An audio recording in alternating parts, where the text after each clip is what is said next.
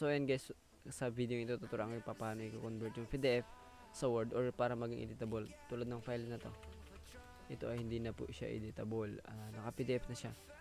So ngayon ituturo ko sa inyo paano siya i-convert sa Word nang hindi ka nag-online or offline ka lang, okay, sa inyong mga laptop or computer. So without further ado, let's get started.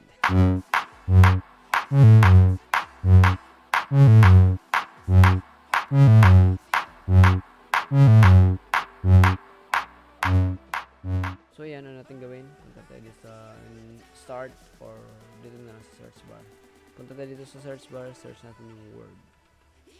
Dapat Word, then pag ito yung lumabas sa Word, punta tayo dito sa open, browse, hanapin natin yung PDF. So ito ngayon, ito naka-PDF to, pansin nyo yung group by type ko lang. Kasi nila yung dalawa na PDF. So ito yung buksan natin, itong work immersion na to. So open, click mo yung open. Tapos para pag paulit-ulit mo itong ginagawa, check mo to para sa susunod na hindi na lalabas yung dialog na to, din okay lang. Then wait until it finish. And wala, ayun na. Naka-word na siya. Yan.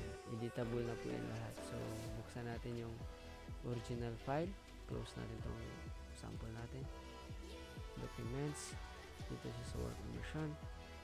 And wala, ito yung original niya. Naka-PDF, hindi na siya na-edit. So ayan, napakasimple. So ayan, hanggang dito lang, sana may natutunan kayo.